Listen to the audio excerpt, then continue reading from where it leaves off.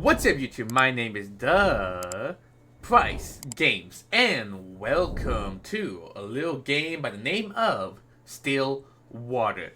This game looks pretty good just from all the screenshots that I've seen and everything. I am going into the game blind and everything, and I can't wait to see what we are what is waiting for us in this story and everything.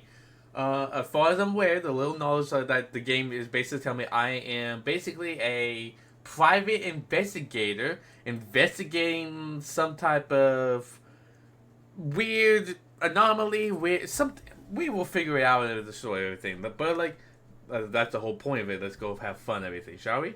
Let's start. Oh, there's a work of fiction. The resemblance to any real life people is purely a coincidental. The game contains a picture of horror. Gotcha. Just a warning. Okay, I thought that was something important. Oh, neat. Got an achievement. Awesome. Thanks, game. Caretaker. I'm sorry, but I can't stay here anymore. Nina. I feel like I'm going crazy. Calm down. If you can just talk it out. So many strange things keep happening, one after another. Every day there is this dang dripping sound. I thought it was just something leaking at first, but I check every faucet, every ceiling, everything, in steel. Still, I hear it everywhere, constantly echoing in my ear. Please, listen to me. Oh, but the water, that dang water. Water? Yes, it's everywhere, pools of it all over the house. And every time I try to mop it all up, another will appear. There's no end to it. But it's at night. It's at night when it comes. What are you talking about? I hear something walking along the hallways at night. Maybe it's just my grandfather. No, Nina, it's not him. I thought it was, but it's not. But I seen it. That thing. I only glimpsed at it once, but I'm more than certain that thing was not your grandfather.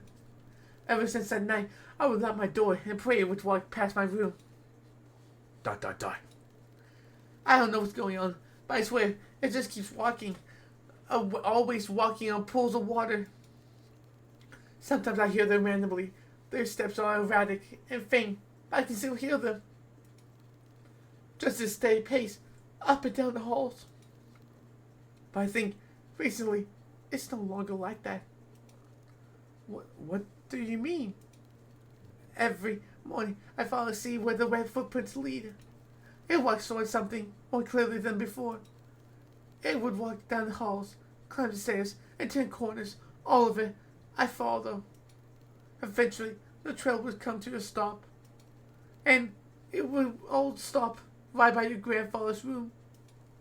His room? If this is some sick joke to scare me away, then please stop. It's not a joke, Nina. I meant when I said that there was something wicked going on in this house. That can't be true. I know there's a lot, but you have to believe me. I can't stay here any longer. I'm sorry, Nina. It's okay. I understand. Thank you for taking care of my grandfather up until now, and I'm sorry for all the stress that caused you. I'll be sure to pay you right away as soon as I... Nina, listen to me. I don't know what's happening around here, but... Oh. The woman on the phone cautiously looks around, turning her head constantly back and forth, looking over her shoulder to find, if any, others listening in. She grips the phone so close to her ear in a vice-like grip before speaking again in a hushed tone. Something terrible is lurking in this house. I don't know what it is. Please, as soon as you get back, tell your grandfather and just leave this place.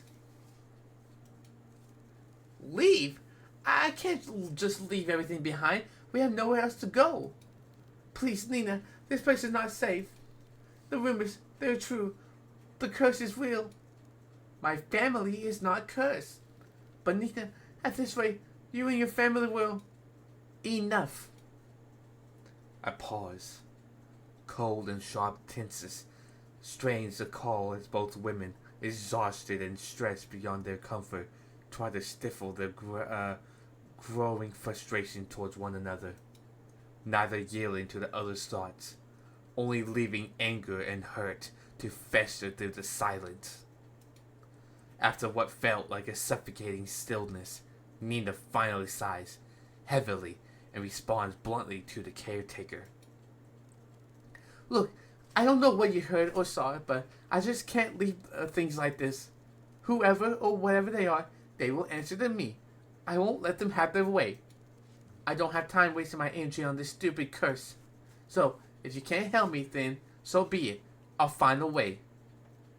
Nina, my grandfather is all I have left. He's all I have left. Oh. Oh, no. Okay, I don't like that. Oh, okay. Diner, 7 o'clock a.m.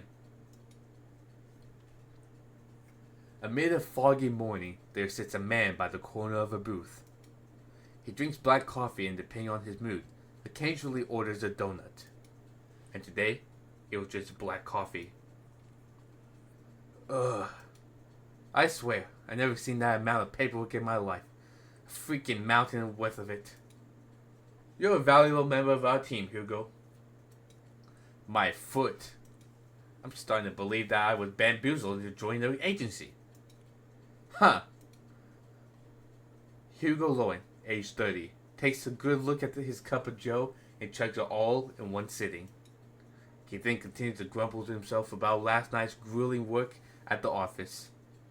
I really need to find a different job. As he contemplates his poor life choices, he looks out towards the early mist. There was something inherently terrifying about the fog to him, how it engulfs everything and nothing. Even if it disappears, it always leaves behind traces, proof of it remaining. Even in a quaint little town like this, I can't even run from my fate, I guess. Hugo finally stares at the compiled newspaper clippings he put together. Some of them from recent events, but mainly all were past headlines of missing person cases.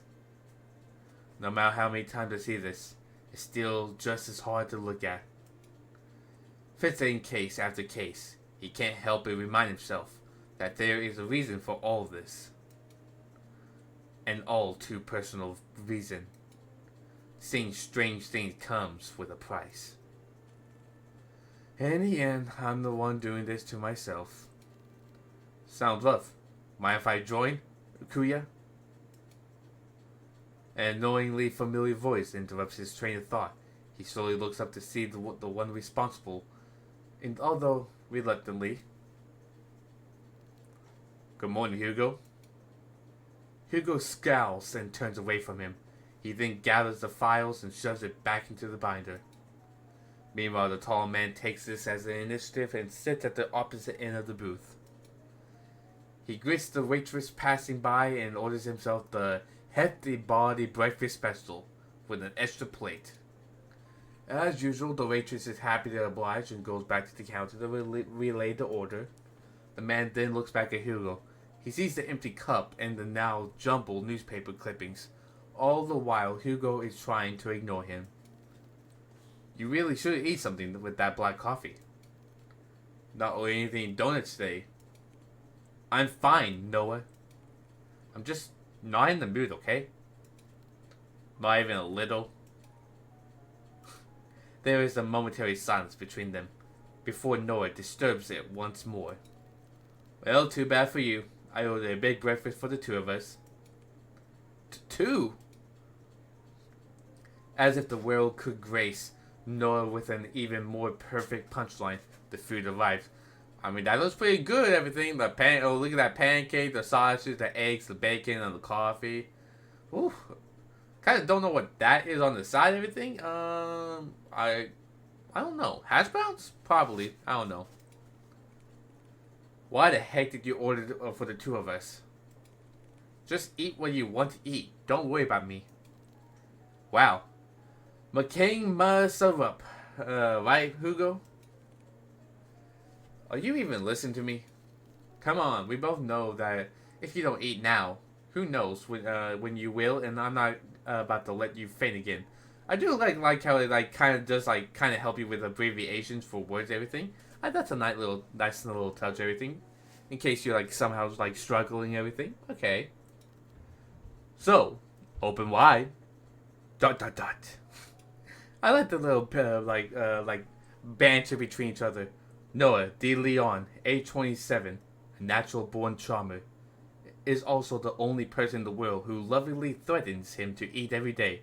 I like that information right there. With a pensive look, Hugo finally gives in and eats a generous spoonful without further complaint. It's good. Right? Good food will always help cheer you up. Dang it. I got swept away again. Oh, by the way, the chief will be out for a business trip. She mentioned it will be for a couple of days. When did she tell you this? I didn't hear anything about it. Yesterday, I think. Yesterday? She told me to sort out the cabinets yesterday. She didn't mention anything about a business trip. This was a pretty settled one. Well, I mean, she did tell me to tell you. And lucky me, I know where you go every morning. You know what? I'm not surprised anymore. Well, what do you want to do? We technically have the day off. I'm gonna head back to the office. There's a couple of boxes I didn't get a chance to sort out. In that case, I'll come with you. Why? You could just rest for the day. And pass up this opportunity to get to know you better? Yeah? Quit it. After their enlightening banter, the two of them... I said that same thing as well, game. I love the banter between them. Finish their breakfast, pay for their meals, and head to Hugo's car. As Noah opened the door to the passenger seat, he notices a bloodhound sleeping inside. Oh, we have a pet dog. Oh my goodness, that's awesome. The big dog stirs at the sound of the car opening and lazily stares at Noah. Ah, I'm sorry, big guy. He then closes the door while trying not to make too much noise to disturb its occupant, Colby. At the sound of his name, his heavy-lidded eyes slowly peek to see who calls for him. Oh, his name is Colby. Oh my goodness. Oh, okay. It is his one and only partner. He's human. As if finally realizing who he is or where he is, the old bloodhound stirs up from his sleep, pounces at Hugo, and proceeds to wag his tail uncontrollably. Oh, good morning again, Colby. Oh, look at we're so happy. Everything had a nice nap. Everything. Colby, 8 years old, Hugo's most faithful and loving partner in crime, has the biggest tendency to just sleep all over the place. Oh, but you know, hey, 8 years old. Oh, he's a good. Colby's a good boy. Everything. Look at him. Everything. Okay. Oh, look at his eye. Oh, he's his eyes. Everything. Okay. Noah, who is witnessing all this from the back seat, chuckles to himself. He's amazed and slightly defeated at Hugo's sudden surge of energy. Ha!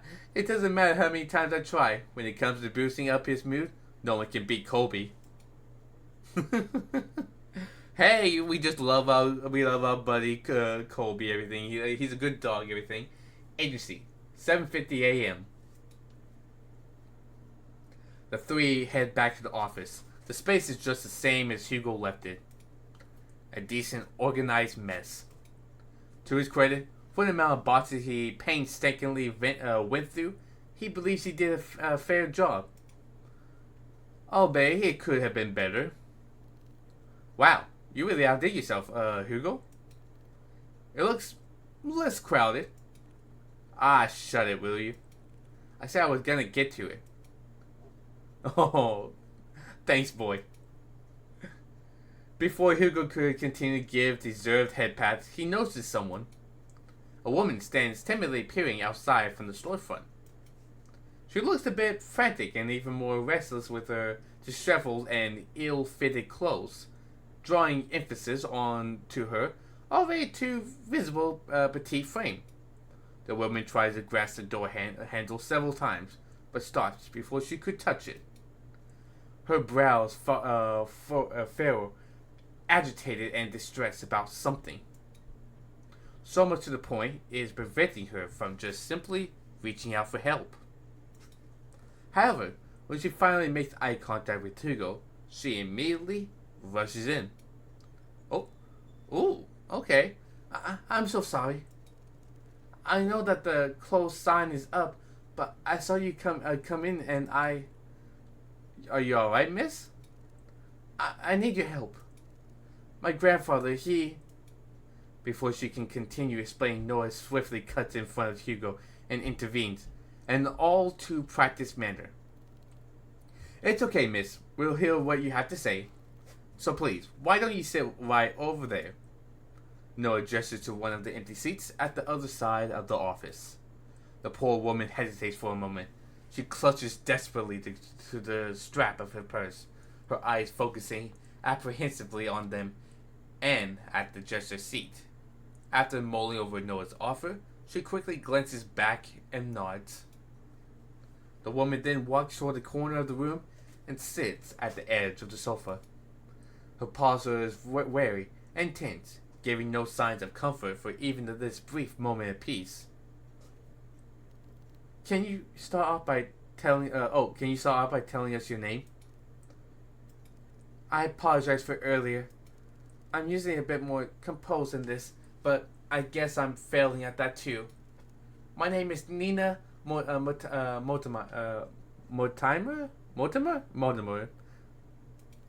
Ah, hello, Miss Nina. My name is Noah De Leon. I am one of the assistants here. That big guy next to you is our other lovely assistant, Colby. And the one brooding over here is Private Investigator Hugo Laurent. I'm not brooding. I'm just tired. Aren't we all, Hugo? Aren't we all tired? And our chief is away on business, but I think we can still accommodate you. So, how can we help you, Miss Nina? Just for a moment, Nina appeared a bit more lax, more hopeful, maybe even relieved from this warm welcome. However, she once again tenses up. The guilt and shame comes rushing back to her, visible by the creases of her brow, as she once again realizes why she is here. I need help watching over my grandfather tonight. Tonight? Yes, I know this is a strange request, but my hands are tied on this. It has to be tonight. I'm sorry, Miss Nina, but I don't quite understand. Is your grandfather in any danger? I think someone is trying to take him away. Ooh. Take him? Miss Nina, I think you should contact the police right away. They are far more equipped at handling this kind of situation. No, they're not. Oh wow, she got look at her eyeballs and everything. Like she was petrified. I tried requesting their help, but they've given me the same answer, verbatim. Oh my goodness, I hope I didn't butcher that. For weeks now. They will send someone out to watch over the manor for the entire day, but by the end of their routine, they will always report back nothing unusual. They saw no one else leaving or arriving at the house other than me or the caretaker. And despite telling them all in detail about the letters and all the strange things that have been happening, there is nothing they can do about it, but just sit around until it escalates even more. I can't wait any longer. Any more than this, it'll be all too late. Okay, easy, calm down. Easy now, Nina. It's all right. If only I knew who Lewis was. Lewis? Little too late, Hugo. She lets out a gasp. Her hands shot out to cover her mouth, realizing she has said too much so carelessly. She tries to avert their gaze, but Hugo stares persistently at her. Miss Nina, who is Lewis? Are they the ones causing all of this? Once more she contemplates, her brow knit closely together as she bites her lips nervously. It's as if the words she wanted to say, have suddenly died out, too heavy to even mutter.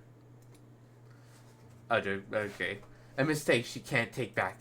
Before the silence stretches further, Noah speaks to Nina with a gentle and reassuring tone. Miss Nina, I know it's scary, all the things you mentioned to us so far, no one should ever have to experience, especially by themselves. And I assure you, we'll listen to all of it. I promise. Wild and manic eyes search deeply at them, trying desperately to discern any doubt or mistrust on their faces. However, all she sees are people who are willing to give their time to simply listen to her, to actually help her. From this alone, Nina looks to the side where her purse is and opens it. Tucked inside one of the pockets, she takes out a single slightly crumpled envelope with a pigmented red rat seal pressed in the middle. At a glance, Hugo can tell right away that this letter appears to be a bit more worn out and antique. And yet, despite its delicate form, it remains well preserved, well kept. It's as if the letter itself was untouched by time, forever waiting to be opened. Grandfather has been receiving cryptic letters for the past month now. The letters didn't come with an address or the name of the sender. But this one is different from the rest. This had the name Lewis on it. Ooh, okay. And there's the letter up there. Let's see. Up there. Okay. Good. Was hoping I could do a little investigating, like maybe look at the letter more thoroughly, basically, but it's okay. As she hands over the letter, Hugo notices her hand slightly shaking.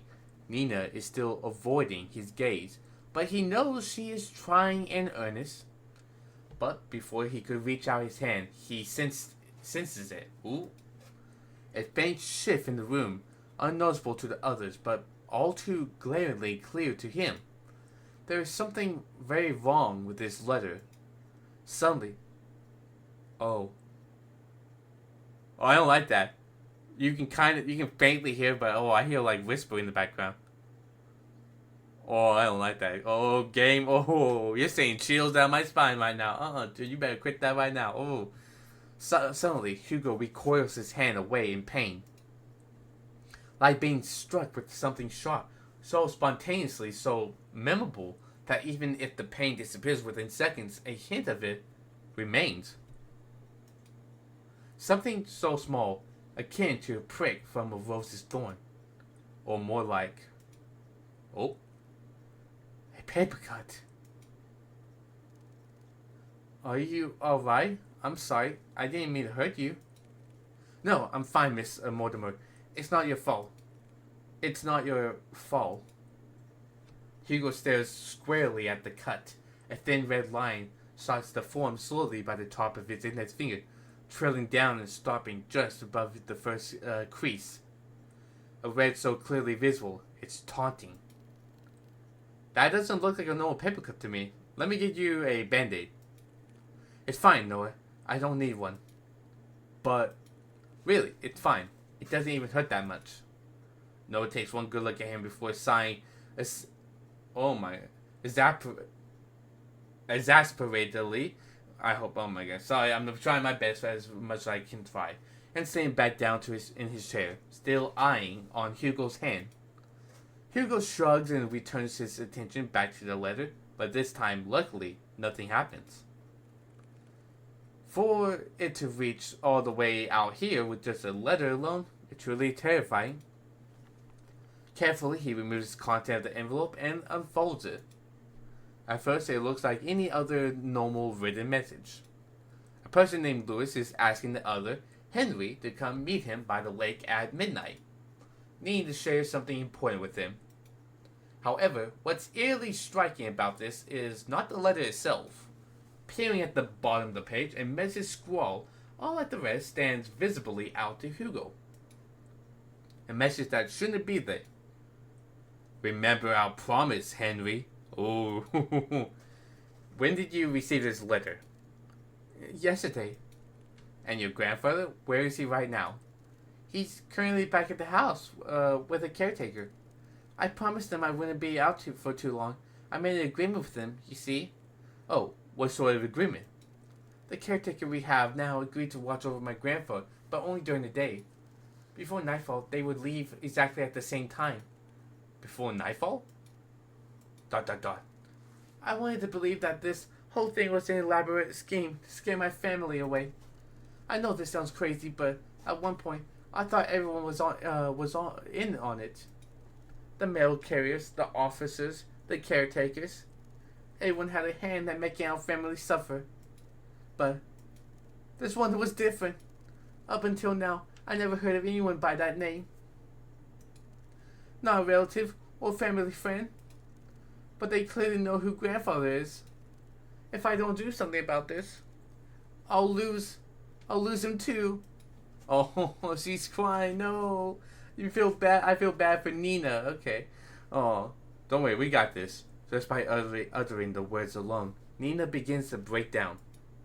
The stress, the anxiety, the fatigue, all of it was finally catching up to her. Her body hunches forward, her hands pressed close to her eyes as she tries to cover the streams of tears raining down her face. Oh. Oh, wait, was that Colby? Oh, as an act of comfort, Colby sits closer to Nina while Noah fetches tissues for her.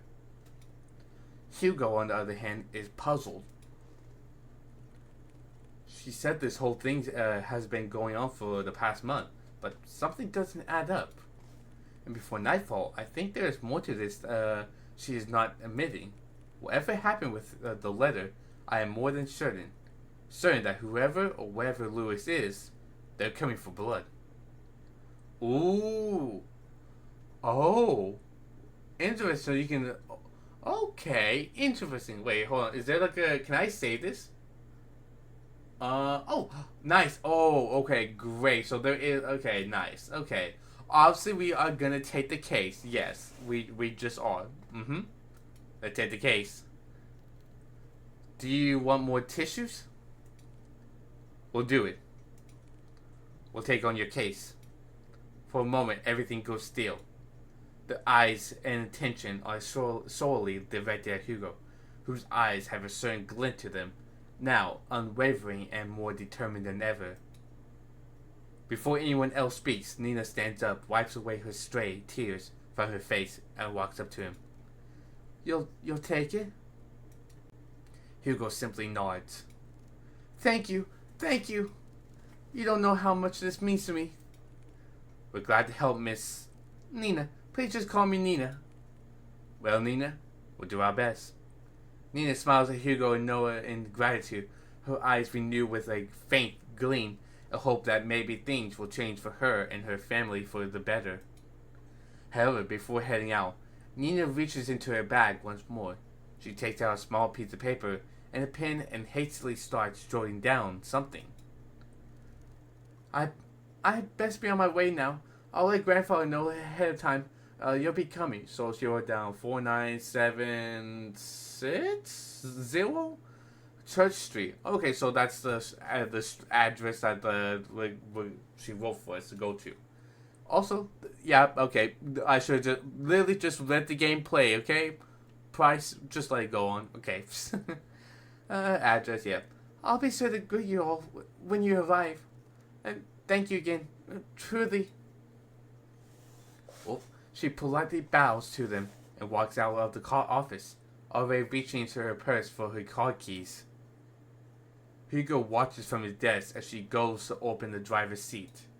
Nina looks back at the office window and takes one last look at Hugo. She waves slightly at him before finally pulling out of the parking lot and driving off.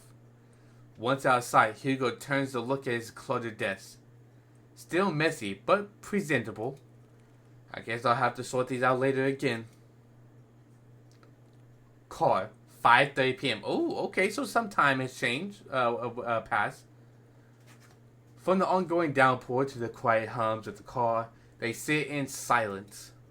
Still, miles off their destination, Hugo constantly checks the rear view mirror to see any passing cars. But it was only them on the road. Noah, who usually chats his ear off by now, leaned quietly against the car door as he looks out to the passing streetlights, reserved and distant. He hasn't said a word to Hugo since they left the office. Hey, you're a lot quieter than usual. What's wrong? Ha! What a surprise. Have you been looking at me, Kuya? No, you idiot. You usually just talk a lot, that's all. So, do you miss me talking? Just say it. Do you believe her story? What? Given all the things she just told us, do you think she is telling the truth? Yes, I believe her. Or at least, I believe she hasn't lied to us. But, I can't shake this feeling that she is hiding something. Like, if she left out certain details on purpose. Also, why did she have to travel this far out of town for a private eye? Surely, there must have been another far closer to her home than ours. I just don't know how to explain it. As expected of you, Hugo. Are you making fun of me? No, not at all. I'm just admiring your observation. I didn't want to offend Nina earlier, so I kept quiet until she finished. But her last name caught me off guard. Huh? Have you heard about the Mortimers? They're a pretty distinguished family that own an esteemed fishing company. Well, they used to, I believe. They have yet to name an heir. What do you mean? Shouldn't it naturally go to Nina? It should, but I don't know. From what I heard, each time they try to name a successor, that relative mysteriously disappears. Oh. Gone without a trace, or so anyone thought. Their bodies would soon turn up months after. And you know what's strange? All of them have been labeled as accidents by local news. No foul play, just another unfortunate loss for the family. They've been struck with so many tragedies that, over time, people began to believe they were cursed or something. Cursed? I think I can understand why she wouldn't go to the police again. They most likely thought she was seeing things and went along with the procedures just to keep face. But deep down, they must have thought she had gone mad. I can't imagine all of this for Nina. And most of all, who knows what we'll find here or there. Is that why you decided to come with me? Well, partially. I'm more worried about you, though. Me? Why? Think of it this way. I'm the appointed driver. Well, when you decide to do some pretty reckless crud, I'll be there to drive you to the local hospital. Ugh. Oh. Oh, okay. Interesting. I can pull up the menu. Okay, interesting. Like a quick access everything with by right clicking. Besides, 2 is better than 1. Exactly. I was fine with Colby coming with me. Well, have you heard about 3 is better than 2? Hey, Colby's our best buddy. He's a good pal. Mortimer Estate, 6 p.m. Hey, you watching the video right now. Have you subscribed already? Click the subscribe button right now if you have everything. Before it's too late. Now! Passing through countless dirt roads and steep cliffs, the estate can finally be seen beyond the evergreen. Nestled away from prying eyes, it stands tall, magnificent, and classic. Truly a rarity only afforded to the privileged. And yet, with all its opulence, it looms from a distance. Hugo and Noy could only gaze at the sheer scale of the manor. Its grand statue topples easily over the dozens of houses they drove past. Wow, look at the size of it. I could never imagine seeing a house like this in person. It's almost too surreal. Come on, she's waiting for us. Immediately after exiting the driver's seat, a sudden sharp pain weighs heavy on Hugo's chest. Grasping tightly at his coat, he begins to gasp for air. His vision hazes as he leans close to the car, trying desperately to ground himself.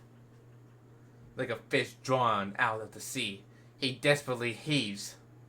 The air in his lung escaping too quickly burns as he feels his throat start to strain, drawing tighter the more he breathes. But this pain pales in comparison to a feeling far more excruciating. Is it the house? No, something far more sinister. He feels it. Someone is watching him. A piercing gaze fixed on him, like leering at a bug and waiting to strike. We'll be together soon, Henry. What the heck? Dang it already. I need to hurry or else. Hey, are you alright? Noah calls out to him, snapping him out of his fixated trance. Colby nudges his head against Hugo, whining with concern over his partner's well-being. Oh, Colby, man, I feel bad for Colby that having to, worry about it, everything. Oh, but thank you, Colby. Everything's fine. At least, for right now. Did you hear that just now? Hear what? That voice. It was so close to my ear. Is everything alright? Oh, I'm fine. Don't mind me. I'm just a bit winded out from the trip, that's all. I'd be happy to make you tea at the very least. If it's no trouble. No, not at all. It's the least I can do. Once again, the subtle uneasiness from Nina. I misclicked it, but okay, it's fine. But before Hugo could get a chance to look further into it, she walked off towards the front porch without saying another word. English today, but come on now. Are you sure you're alright? You sound like you were choking earlier. I said I'm fine. Besides, we're already here. We can't back out now. Listen to me. I think you should... Noah abruptly cuts his lecture short as he notices Nina stopping by the front door. She stands by the door silently contemplating something. It's just like before, but this time she seems even more anxious. Whatever unease she tried to mask earlier became more apparent the minute they walked closer to the front door. I haven't been quite honest with you, Detective. What? What is it, Nina? Just like before, as if carefully choosing her next words, she decides that, in this situation, words are not enough. You'll see for yourself what I mean. And with that, Nina enters the house, leaving the three to follow behind. Hugo is about to enter through the foyer when he feels a tug on his arm. Don't forget what I told you. If something happens, let me know right away. You'll be the first to know. And with that, Noah releases his grip on Hugo. They proceed to head in, not knowing what awaits them beyond the door. Greeted with a brightly lit hallway, Hugo noticed immediately that the interior is just as grand, adorned with floral accents and antique finishing. The house itself excludes the word elegant. A classic and rustic charm with the walls and floorings made from the finest wood. Hugo couldn't help but gape when he walked in. However, he notices something even more distinct than the splendor. Behind the seemingly perfect venue, an unsettling air breathes throughout the house, leaving no room for doubt that the inside is far more terrifying than the outside. Please, come this way. Oh, you can kind of see Henry right there. At least that there's gotta be Henry. Bracing themselves, they enter the dimly lit drawing room. At first glance, Hugo could not discern the silhouette situated at the far corner. Only the sparse lighting from the window pierces through a fraction of the room's darkness. However, as they approach closer to the silhouette, Hugo now understands the reason for all of Nina's unsettling vagueness. Grandfather, we have guests.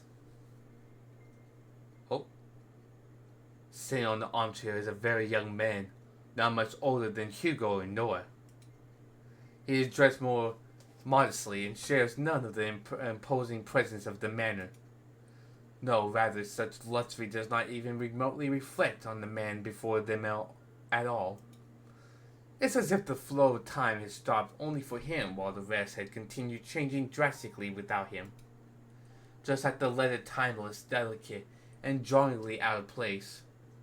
Staring out only at the window, the young man sits there, dazed with the little acknowledgement of the people around him. Still, motionless, like a doll. Grandpa, these are the people I spoke of. This is Detective Lloyd and his two assistants, Colby and Noah. They're going to help us. Even after introducing them to the head of the Mortimer estate, Hugo and Noah could not help but feel unnerved. The man before them is supposed to be frail and older than any of them. And yet, he remains forever unchanging, forever young. They come a long way, so I'll be making some tea. Would you also like some, Grandpa? He does not reply back, nor does he glance at Nina or anyone else in the room. Only fixate his gaze on the rain, nothing else. I'll be sure to make a cup for you, too. She then timidly gestures Hugo and Noah back to the foyer. Bearing more questions, the two follow Nina outside. But before they leave the drawing room, Hugo takes one last look at the young man. There is an all too familiar air about Henry Mortimer. His eyes, they're similar to his own. Whatever he must be longing for, Hugo knows it will never end well. Ooh, okay. Nina, that man. Yes, he's my grandfather, the one I asked you all to watch over. I know that it's hard to believe, but... Nina draws something out from her pocket. It's an old picture of a handsome man with slick back hair, wearing the finest of suits. The gentleman in the picture has a different air to him, one of wealth and power, none of which reflects at all on the current Henry Mortimer. It's almost as if looking at two different people. This isn't much to go on, but believe me, they are the same person. Then why does he look so young? It happened a few nights ago. I was on my way to get a cup of water when I heard a loud thud coming from my grandfather's room. I was worried that something fell over, so I went to go check. When I opened the door, I found him collapsed on the ground.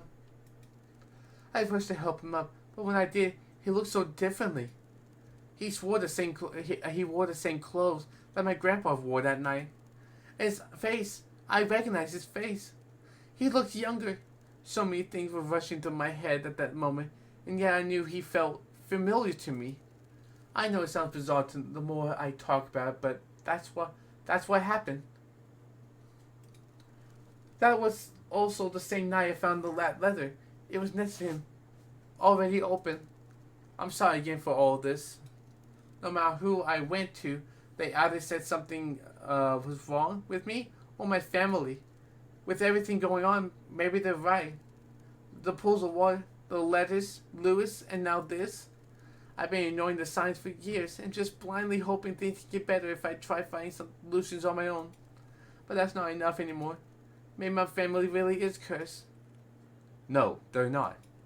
Curses ain't real. Detective? I think we'll easily get too involved in believing that sort of thing exists. I think we easily get too involved in believing that sort of thing exists. Okay. In truth, the ones who fixate on it makes it their reality. Rumors, doubts, lies, all those things are what they want to become real.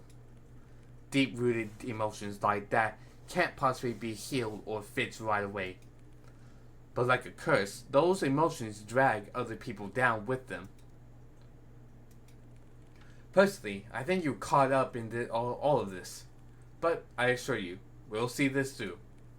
For you and Mr. Mortimer. Thank you. Good. Now, our first priority is to find out more about Lewis. Nina, the letter you showed us back at the agency, do you have it with you? Yes, it's here. Do you mind if I borrow it for a bit? I'll be sure to give it back. Of course, but what are you going to do with it?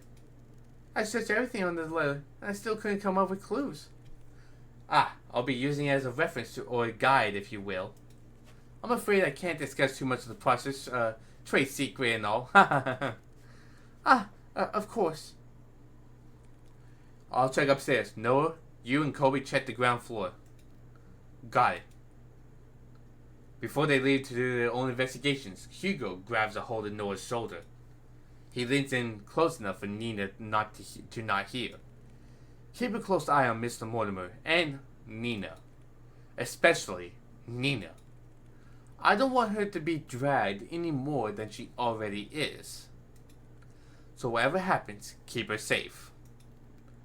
Hugo, you... Fine, but remember Yale for me, okay? I know. Thank you, Noah. I'm counting on you.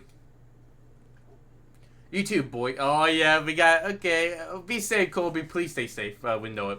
Hey, protect Colby, Noah.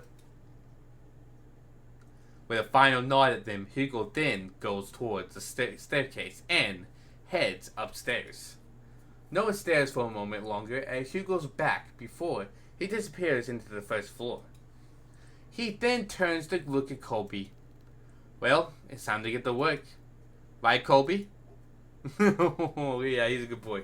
Ooh, investigation star. Ooh. The objective is to look around the area for objects to proceed the story. The story? Okay, might be a little typo unless I'm just like, I don't know, unless I'm just like confused about this phrasing. Okay. Use the arrows use the arrows or the arrow keys to move to a different area. Gotcha.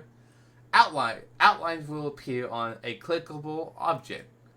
On the top right is the hint button. Click it will highlight an object you missed. Okay, thanks. Ooh, okay. So I can click on a few. I can click on this. Nothing really. Huh. Okay, let's see. Actually, I think we made some progress right now, and I think this is a nice stopping place, and we can actually pick up on next time for the investigation phase, and basically see what happened next time, everything. But yeah, that's a nice place to call everything. So thank you everybody for watching everything. If you like what you saw and want to see more content like everything, make sure to hit the subscribe button, smash the like, make sure the buttons are working for me. Thank you very much. Everything you do is greatly appreciated. It means a ton to the world. And smash that like button for Colby. He's such a good boy right here. Yeah, look at him. Look at the way he's like kind of like shaking everything. Yeah, he's like, oh, he's a good boy. Everything. Okay, do it for him at the very least. Okay. And, by hitting that little bell notification, not only do you get notified for future videos and upload from your truly everything, makes you feel good and energize everything. And, if it keeps you on the lookout for a future episode with our lovely boy, our lovely assistant, Colby, everything. So, yeah, hit that notification bell so you don't miss out the next episode of this. Everything. Do it for Colby. Yeah, we do everything for Colby. Yeah, that's the moral of the story. It's all for Colby. But anyways, in the top right corner screen or wherever YouTube puts it, or down in the description, I don't know. YouTube change the format every now and then. You never know what they might change that's everything. So check it out when there. Everything you guys will surely not regret everything. There's plenty of videos and playlists that you guys will surely enjoy. And with that further said, thank you for staying this far into the video. Everything. If you have, give yourself a round of applause and pat on the back. Everything. You deserve everything for making through a daily episode from the Price Games, everything. And, I will see you guys on the flip side. Bye-bye now.